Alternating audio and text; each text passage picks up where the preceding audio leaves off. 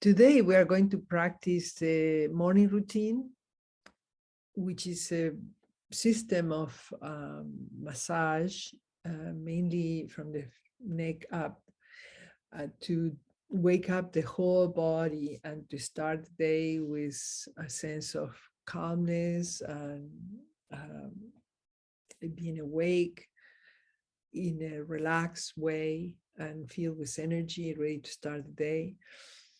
This practice can also be practiced really any other time of the day, whenever you feel the desire to center yourself, and it can also be practiced before you go to sleep.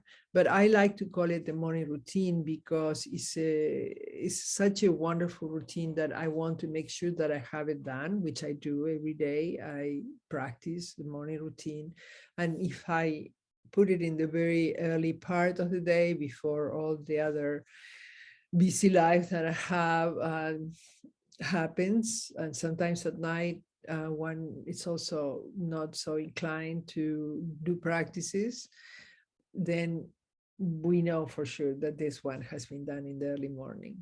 So if you feel like it, I invite you to practice it also every day, and you see that how it's going to give a different quality to your days. So we are going to start by massaging the temples and then go to different parts in the face, different points, and also work with the ears. Every part on the ear, there are different acupuncture points, and finish up with a bath of cheese. Really, you see, it's really very nice. So today, I think you'll be really excited about this one. And this is something I have been teaching for many, many years that comes from the Qigong tradition. And is a morning routine that uses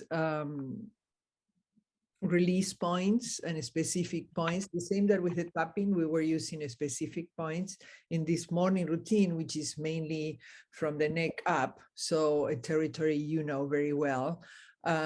We work using our own fingers because it's acupressure, so it's same points as acupuncture. And in this case, we work with the tips of our fingers. And what I bring to it is that I also invite you and whoever is seeing the video when they see it, to use the tip of the fingers as almost like eyes, so that they sense what is there, and also to open from inside. So you are, on the one hand, very paying attention to the sensations in the tip of the fingers, but especially opening from inside out to receive it. Usually we are focused on giving, and this time is going to be also focused on receiving the massage. Let me go into pin so that you can, just follow. So today we are going to concentrate on the morning routine, which is a technique that comes from Qigong. Qigong is similar to yoga in the sense that it looks at, understands the human being as a continuum of body, mind, and spirit.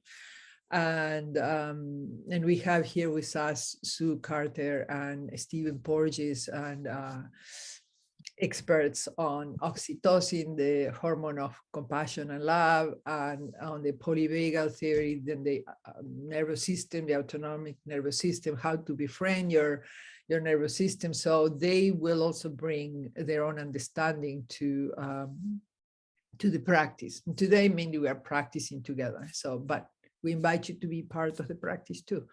So let's go to the practice. I'm going to invite you to use the tips of your fingers in specific places, specific points from acupuncture. These points are a little bit more near the surface, so they respond also to the touch. It doesn't need to be strong touch. It's just mainly touching and being aware of what you are doing. So just bringing your attention and intention to the practice. And I invite you also to, when you are, let's say, massaging your temples, which is something that many people just do intuitively. They know that it helps with headaches. It helps to brings some clarity to the mind. It helps also, of course, because of the location, it helps with tired eyes. So when you are doing the massage of the temples, for example, not only feel the touch on the temples, but try to come from inside out. So just as you are doing the massage, also sense how it feels to your body to be receiving this gentle massage at the temples. And we are going to start there, just massaging the temples and being totally present and relaxed. You are in a safe environment. You're here with friends. It's time you have taken for yourself to massage in either direction the temples. Okay. So if you feel, and then for a moment, stop. If you feel any headache or any tension as you are practicing any of this, try to see if you can relax. Maybe you are too intent on trying to massage. So it's just, let's practice like if we were children learning a new game, and the game is to play. It's not necessarily to master anything or whatever. So we are going then to start with the tempos, as we said. Inhaling slowly, gently, and deeply, and relaxing, and enjoying this massage. The body always loves it when you're bringing attention and intention in a caring, relaxing way, loving way. Okay, so it doesn't need to be very long, just a little bit. Okay, so there are two important points here also from acupuncture, acupressure that you are using as you are relaxing here. There are extra point number 2 and number 5. Okay, and extra points, I mean that are points that are not from the 12 major meridians. We have 6 major meridians in the arms and 6 in the legs. Well, they cover the whole body. And then we have 8 extra ones, and these points are from the extra, and then there are 12 divergent ones, and there are 15 collaterals, but we are not going to worry about all these techniques, but technical details. But just for you to know, we are massaging first the temple, then I'm bringing a practice that comes from yoga, which is to massage your third eye, which is just above here. So you have the eyebrows, and a little bit higher up here is the point that in many cultures is known as the third eye, an eye that not only looks outside, but that it brings you a sense of your inner state. And it's also very interesting because this third eye point is where, if you go further in, where the pituitary gland is, which in the Western medicine is the gland that rules all the other glands internally that contribute very much to a state of being and the well-functioning of the body. So here we are using the right thumb to massage a little bit this area, again, loving the relax, inviting your whole body to relax. Like I'm here with you, we are safe. We are inhaling and exhaling like sighing, and inviting the body to relax, and just stimulating a little bit this area. If any area doesn't feel comfortable, don't stay very long in it. Just know that it's there, and another day you can come back to it, and we can continue with the following points. So the next point, we are going to be using either the pinky or the thumb to get to this point, and I'm going to have to take my glasses out. So this point is right where you go as far as you can in. So it's a very delicate point, don't press hard. Go as far as you can in, and until you are almost touching the, sensing the bone there, and a little bit up. And very gently sensing.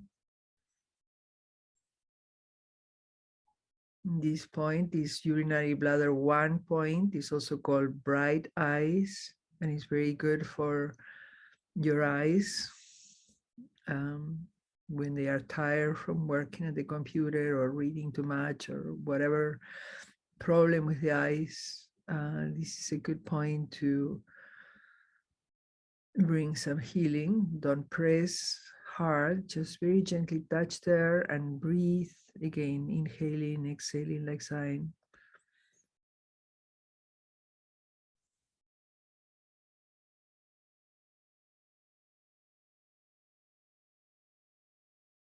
I like very much this point because it's a point in the face where you can go further in a way, and more with this kind of bringing attention and intention towards the center of your head, where in the ancient traditions, it's understood that there is a vortex of energy and a sense of light and inner peace. We can also interlace the hands and use the thumbs. I invite you to do the same, but see how is it different, which one do you prefer? And of course, some people also intuitively do this as a way of helping to bring some sense of concentration or sometimes overcoming headaches. Same idea, inhaling and exhaling like sighing.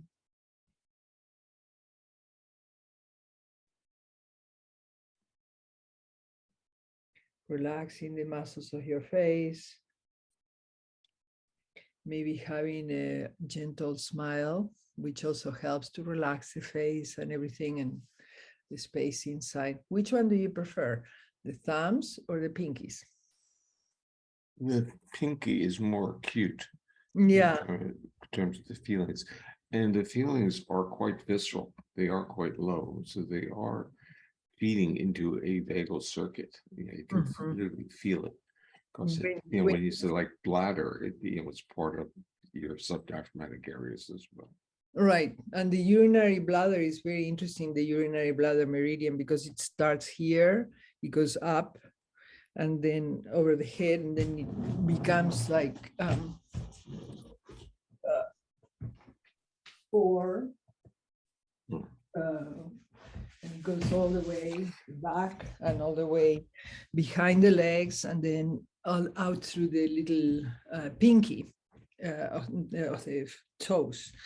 I don't know, the little toe, I guess, not pinky. Yeah. And so it's very interesting because the urinary bladder meridian is the longest of all the meridians we have because of those 2 ramifications that it has in the back, and because it runs literally from the top of the head and above the head to the toes. So yeah, your sense is very intuitive. And it's also very interesting because the eyes, where it's also influencing because of the location of the point, internally are connected to the heart meridian. And so it's depends on what days and what might be happening there. Different people will sense the circulation or the some kind of sensation coming from the body informing the brain. I say very gently do this. And sometimes what one feels also is a great sense of peace and light. So it depends. Every day is different, and every organism is different, and every organism is different every day. So every moment. So yeah, it's very interesting. I also prefer the pinky somehow, but this is also possible, using the tips of the thumb. Okay, so we started at the temples, we went to third eye, and then we went to bright eyes. And now we're going to keep going down along the nose, and we are coming to these points here, large intestine 20, which are the points are called welcome fragrance, and it's because of they are also near the nostrils, I guess, but say large intestine point. And it's very interesting that in Chinese medicine, traditional Chinese medicine, the lungs and the large intestine are a couple.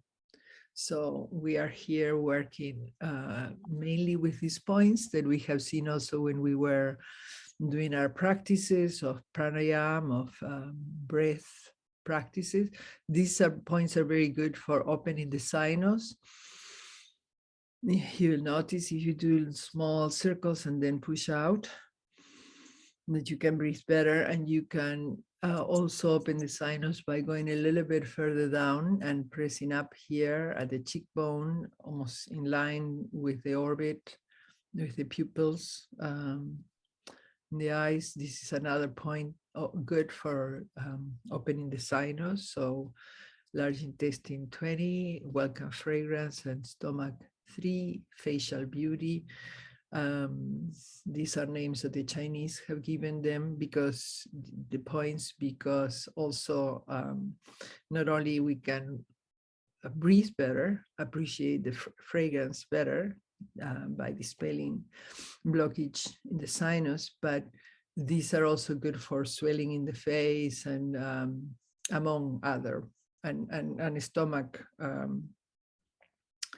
troubles too. The stomach meridian starts here, goes down here, here, here, out, then down to the mouth of the stomach and all the way down and ends of the little second toe. So we are doing welcome fragrance as part of the morning routine and a little bit of this. Also for opening the sinus, these points here are very good. These are more the sinus that are in the frontal area. These would be the sinus that are more at the entrance of the nose. Okay. And we do this one for a little moment. Just sensing. So again, we are, usually our mind goes to what our hands are doing. And of course, our brain is very interested in what the hands are doing. But also we can, with our intention, and I think this is somehow part of Polyvagal too, bring the attention to the sensations in. And so here is a gentle practice to train forwarding attention, not only from the outside, but bringing it to an inner gaze of how am I feeling? What sensations are happening here? How can I open up to relax and inhale and exhale? So it's not only mapping our body for release points, but it's also training our attention and intention on being able to foster more relaxation and a sense of safety and openness. Okay, so the next part of the, any commentaries on these points, Steve? Well, the commentaries are that you're dealing with the sensory afferents are really from facial nerve, which is cranial nerve 7, and trigeminal, which is cranial nerve number 5. And up in this area, 5 comes to the surface. And both of those sensory pathways go into the vagal control of our heart. So they are, in a sense, sending signals. And the other part is that, in a sense, those signals should also be anti-inflammatory. And so the inflammation or the swelling in the nostrils and in the face, the fluid retention should change. Right, right. Thank you so much. So it's just so wonderful to hear from what you know and then see how these people thousands of years ago. Yeah, well, there's more to it, because there is a branch of the trigeminal that goes down into your shoulders and back of your neck. I can't totally visualize it at the moment, but the cranial nerves that are linked to what I call the social engagement system, basically, yeah, they go, yeah, they're connectors into the shoulders. So all of it makes a lot of sense. The interesting part with intentionality, which is the practice, is to feel the connection. Right. So in a sense, it becomes this neural exercise in which awareness and intentionality connect our higher levels with our body's reaction. Right. And these are basically all forms of therapy, including rehabilitation, like of injury, are all about a reconnection of awareness with the movement. And doesn't mean that it has to be skeletal motor movement. It can be visceral movement as well. Right, right. Yeah, I mean, for me, it made such a big difference when I have practiced this for years and years and years and taught it. When I discovered this, bringing from my practice, how different it was when I actually brought the paying attention Yeah. from inside, what I call from inside out, just Yeah. So I'm going to share with you a hidden practice that Sue doesn't even know that I've done for decades, and oh. it's actually I wouldn't say it's a good one, but there's a neurophysiology. So when I have felt at times like a little bit disconnected, I will see the tissue in front of me. I will actually tickle the eardrum. Oh. And which is something that they tell you never to do, but the eardrum itself carries with it 4 sensors. Well, it's coming up, because in this morning routine we do this. Yeah.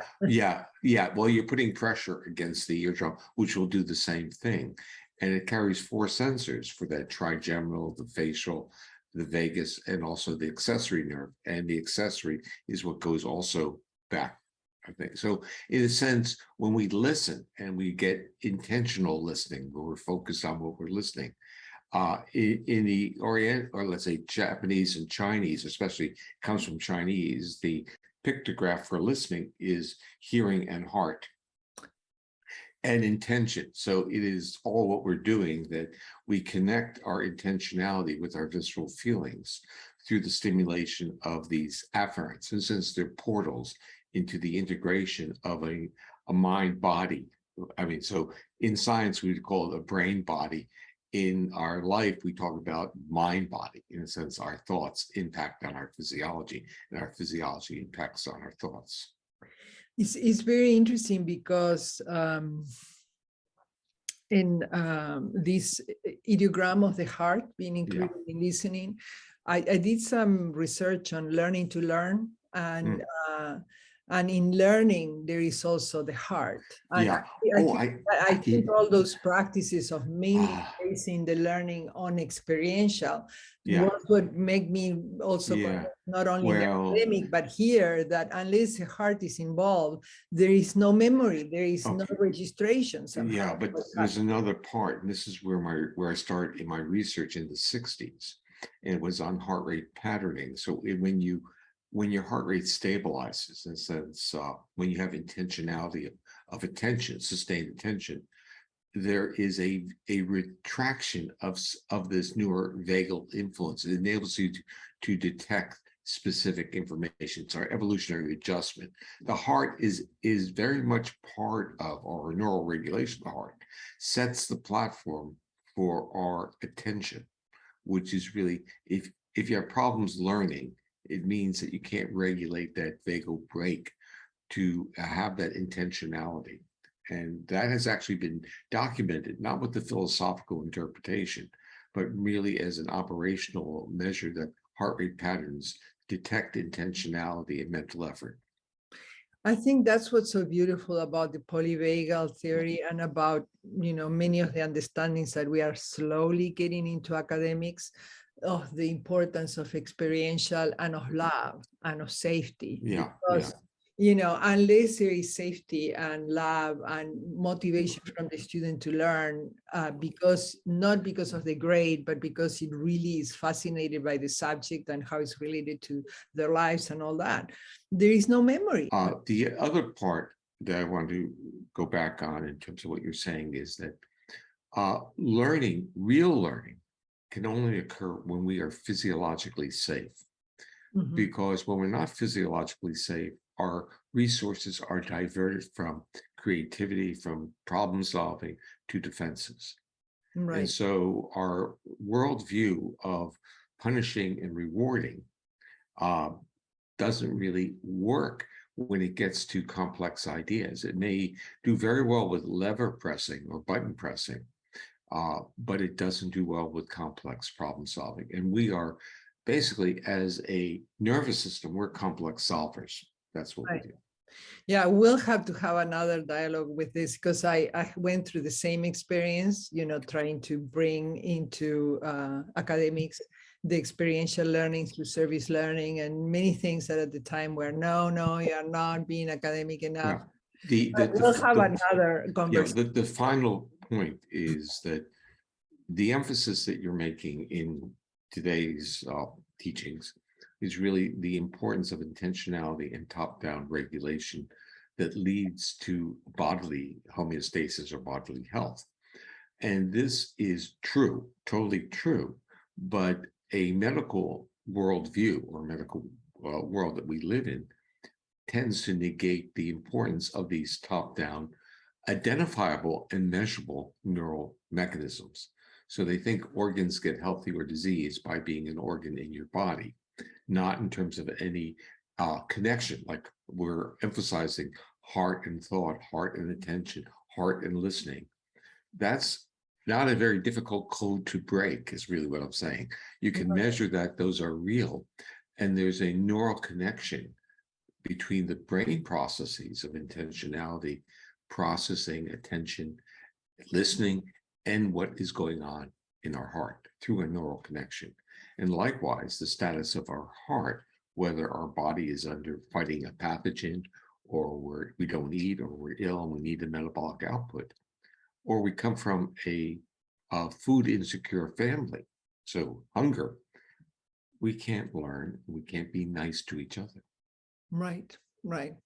I think what's very beautiful, and we need to get back to the practice, but I really, really appreciate the comments and really wonderful.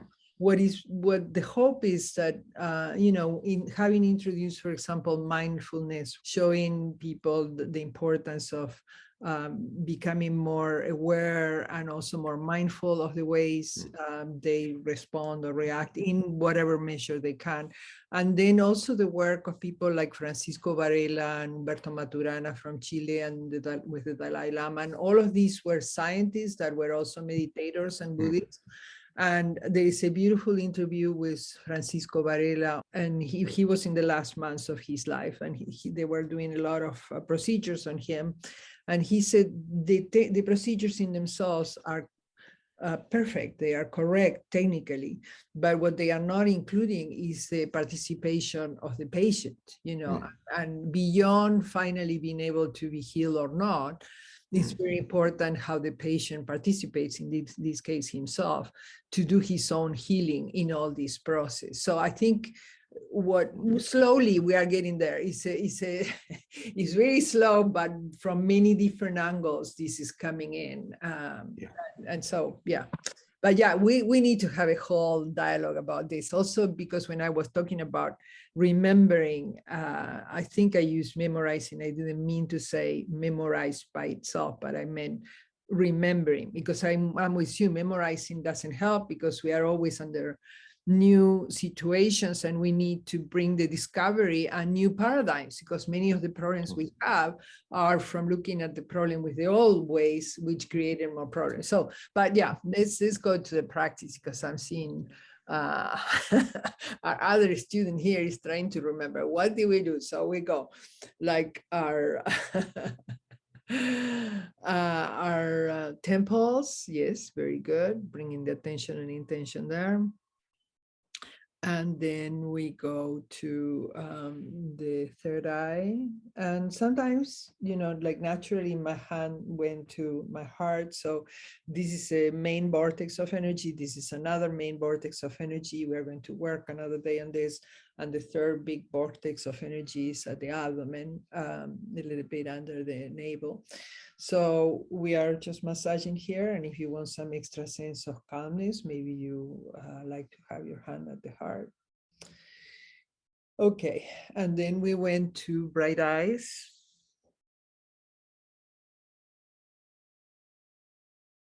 Just staying for a moment there. And then we went to welcome fragrance. And opening the sinus. And even slowing a little bit the massage just to be more present there. Coming back to stillness. And now, as we continue going down in the face, we are going to put our hands, one hand like this, like a V of victory. It's going to be a little bit difficult for you, Steve, because of the mustache, but we are going to have one hand at the level of the navel, like this, like in the Buddha statues, and then the other elbow, if that's comfortable for you, up, and then just massaging like this. So this part is going to be massaging here, and the hand is a little bit angled so that you can feel the caress of this part against here as you smile a little bit. And what we are massaging here is the corners of the lips, and with this ending here, we are massaging this point here, which is the end of the governor vessel, and this one here, which is from the conception vessel. So 2 points that in traditional medicine, Chinese medicine, have to do with helping with mental disorders. So we are massaging just a corner there, and then here a little bit as the hand moves. And relaxing, just exploring like children.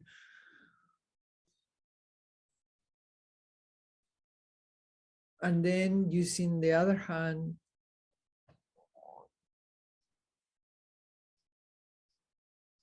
and gentle smile.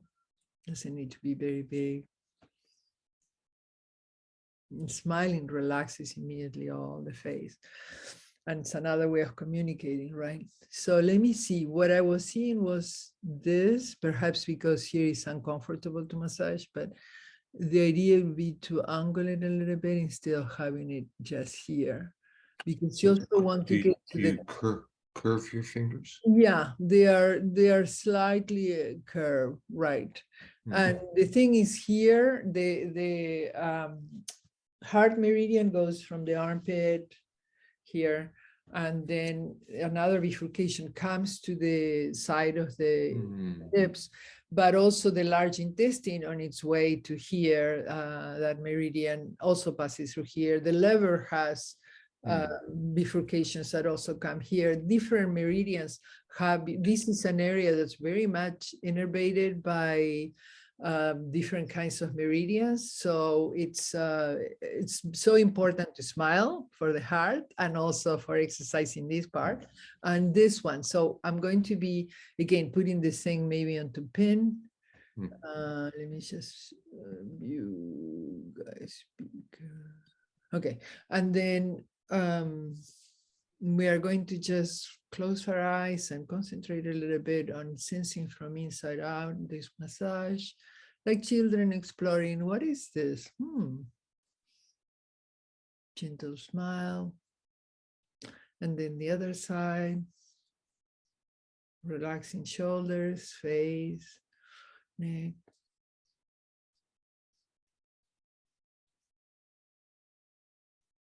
And one more time.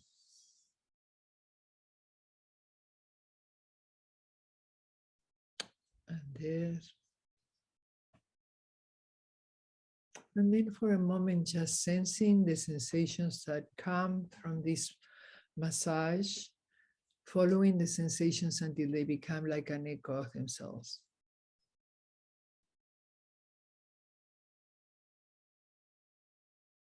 Open with curiosity to sense.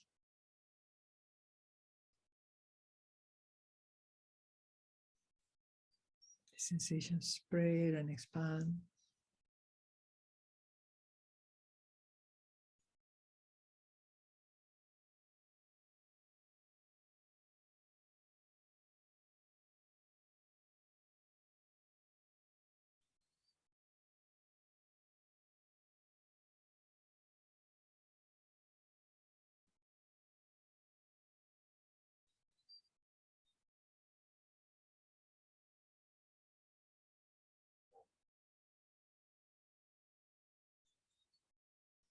And now we're going to go to the ears, which of course is another major part of our well-being.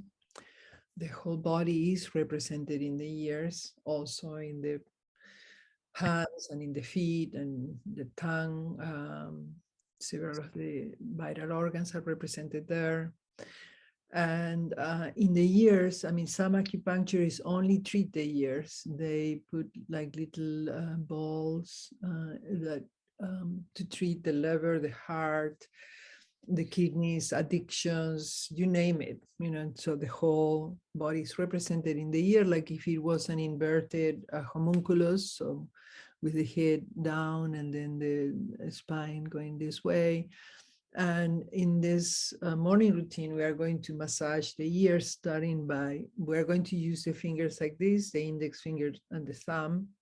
And we're going to start by massaging from the top and along the edge of the ears, inch by inch, relishing this massage. So it's not just a technical part, but you coming in contact with your body, with the pleasure of just feeling the sensations, the touch,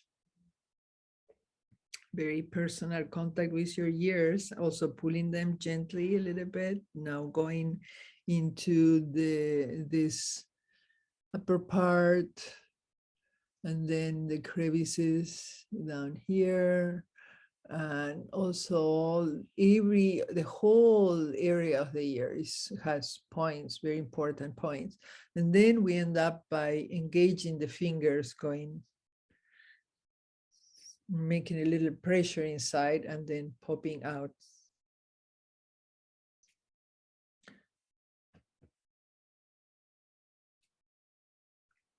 Like if we would do 3-4 times like this and then popping out. And that helps, of course, not only with the pressure in the ears, but to stimulate the auditory nerves and membranes and much more that I'm sure Dr. Porges knows a lot about, also because Eric has developed a special system for all this. Can you tell us a little bit about that? Well, his actually goes, okay, so if I pick up this, which is like a little, it's an earpiece, he actually, his electrode is actually like an earpiece. It goes in, and it also monitors the heart rate, because you can actually pick up the pulse wave from the canal. Right. So they're actually stimulating right around where it's inserted. There's a little piece of the ear that sticks up. Basically, it's affecting, there are 3 cranial nerves that are actually represented in that area, basically very near the opening, the ear canal, and they go to facial, trigeminal, and vagus. Although they are emphasizing vagus, but it doesn't really matter, because all 3 of those sensory pathways impact the brainstem area that regulates the vagus. Right, but yeah, it's very interesting that when they discovered that the whole ear can be treated all kinds of things and all kinds of organs, in a way they were discovering the connection between this and the vagus nerve that runs all along the spine and innervates all kinds of vital organs and everything, and the rest of the nervous system. And they didn't have the anatomy as we understand it today, but they had the knowing and the understanding that from here you go to everywhere.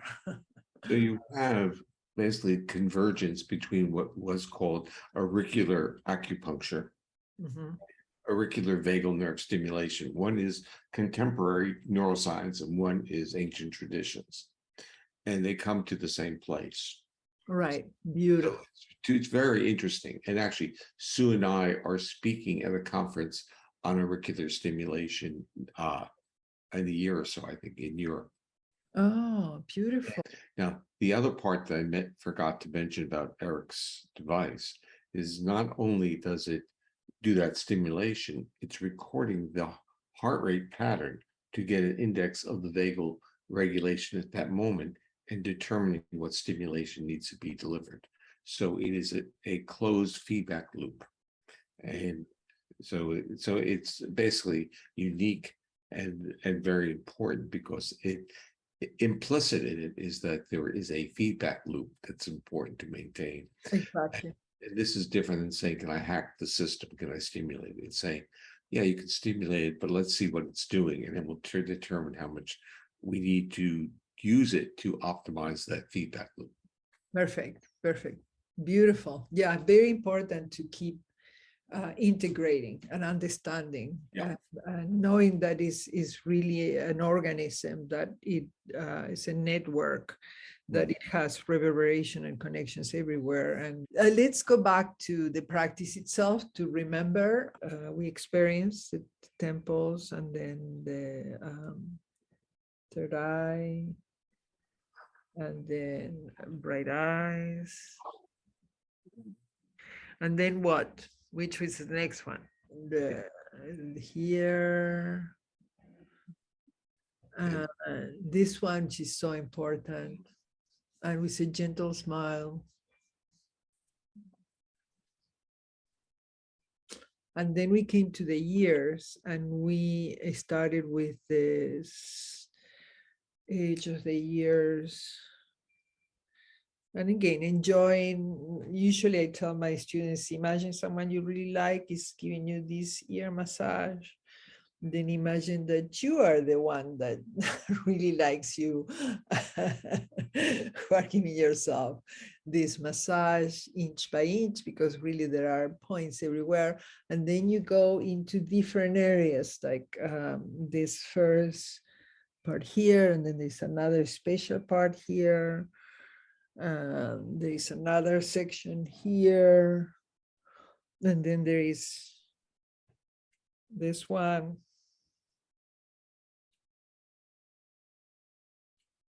And then we finish by bringing again, well, we finish the ear massage by bringing again the fingers like this, but they are going to go up. So the ear stays in the middle, and we are massaging here, which I totally love. There are also many meridians and nerves coming here. The head stays fixed, and the hands go up and down. So they are in a way also touching a bit your jaws, very good against jaw tension, but they are also touching important points, acupressure points here, at the end, here, here. So we just kind of relax the shoulders, face, neck, and just massage. And then down, and sense the sensations. Follow the sensations until they become like an echo of themselves. And a gentle smile. I love this one. Just so relaxing. I like to, after this, and sometimes just doing this from the morning routine, just the ears, and then going to meditation, because it totally brings you into an opening, a softening. And I'm sure from the Polyvagal understanding, there is also a lot of explanations of why there is this descending of peace that comes from all the area here as we do this massage, right? Yeah. So we always have our hands with us, our ears, can always just do it. It's very nice to do before going to sleep, because sometimes people have jaw tension and they grind the teeth, and then if you do this, it will help to release some of that. There are also, of course, some acupressure points where if you clench your teeth, something pops up here. Okay, so there you can massage also as a way of relieving tension there, or you can press gently, this time a little bit of a firm pressure for a minute or so. And So another day we can talk about jaw tension and how to work with it. But in the morning routine, this part also helps. And I call it the morning routine because it's nice to do it in the beginning of the day. It wakes you up, wakes your whole body up, even in winter when you don't even feel sometimes like going out because it's cold, you start massaging your ears and then they feel warm and your whole body is awakened, and then you start the day with more energy and also with good ways of relaxing. But really you can do it anytime during the day, and also of course before going to sleep if you like. And we can complement that with 5 points in the neck, but I think we are going to leave that for the next time because they are so rich that we could just work with those 5. So for ending the morning routine today, we are going to do wash face, comb hair. So rubbing our hands 32 times or however many times until you feel 32 is like a traditional number in these practices of awakening energy. You, of course, augment the circulation of blood and chi by rubbing your hands. And now you're going to give yourself a bath of chi, give and receive, opening yourself to receive it. So we have this warmth that is in our hands, and we are going to put our hands like this, like with the fingertips pointing towards the chin. We are not touching the face, but we are giving ourselves this bath of chi to the mouth, to the nose, to the eyes, to the forehead, the top of the head, and on the way down, just letting go of whatever needs to let go. And we are going to do 7 of this. That the first one was just demonstration, so it doesn't count. 6 with the eyes closed, and the 7 with the eyes open. So giving and receiving this bath of chi.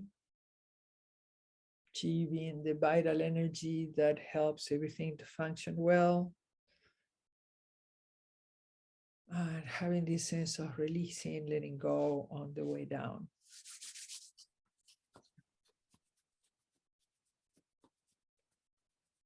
Number 2, opening yourself to receive this bath of chi. Over the head and on the way down, just releasing. Sometimes it's nice to even do it like if you are getting out some dandruff or something. Number 3.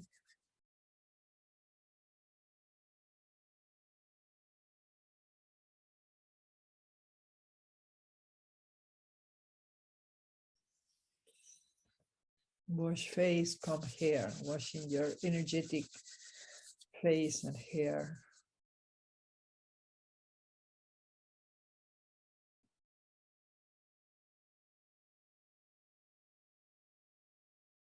Which should then, of course, be going inward, right? It's not just the outer part.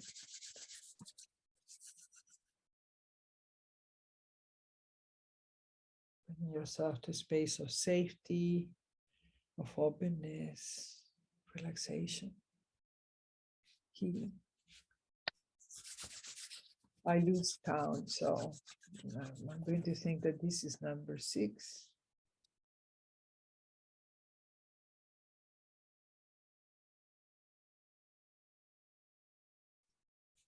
And number 7 with the eyes open, but still looking down. So gaze downwards so that you don't get so distracted, but now eyes open. Still smile in your face, gentle smile.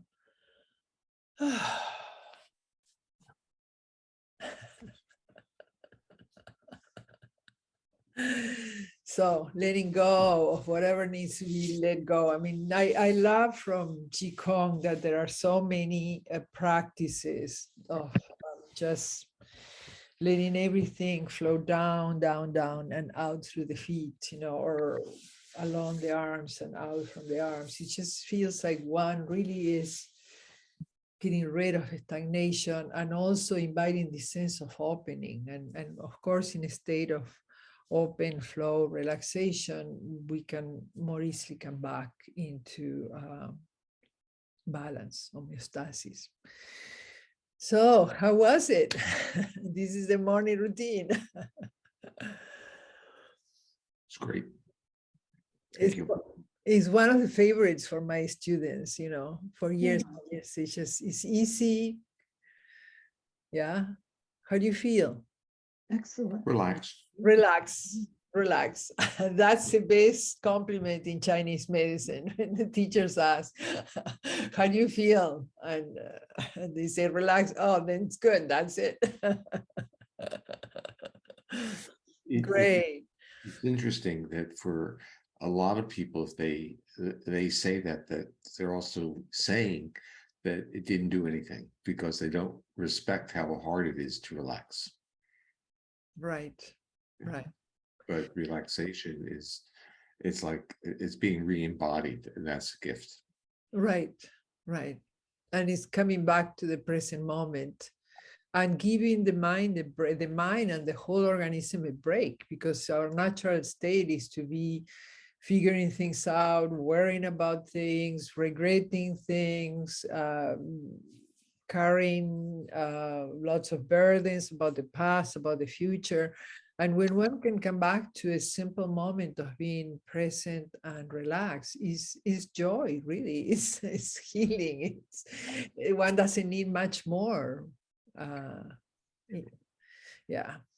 Well, thank you so much for practicing together. I hope you practice during the week. Beautiful. Okay, thank you so much. Have a Good good week. And it's wonderful practicing together.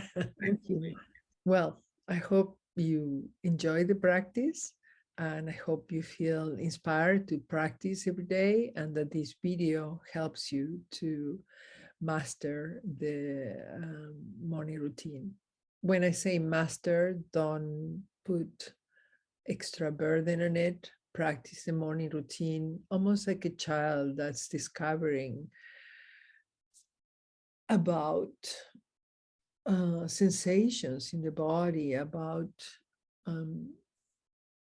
how to come in contact with yourself, how to help your body to come back to states of safety, of relaxation, of being present with ease, and of healing by accepting and integrating wherever you are at this moment, and then doing some of these practices that help you relax.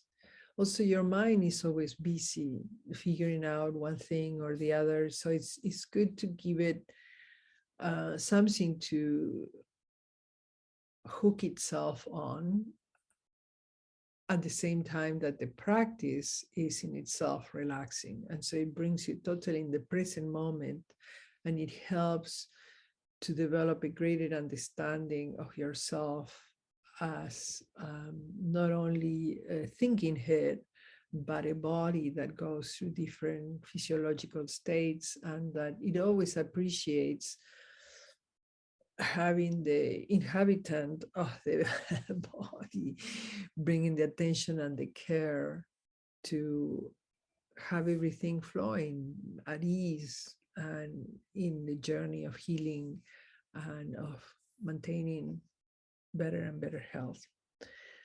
Hope you have a happy practice. Practice and see how it feels. And let me know. See you next time. Bye-bye.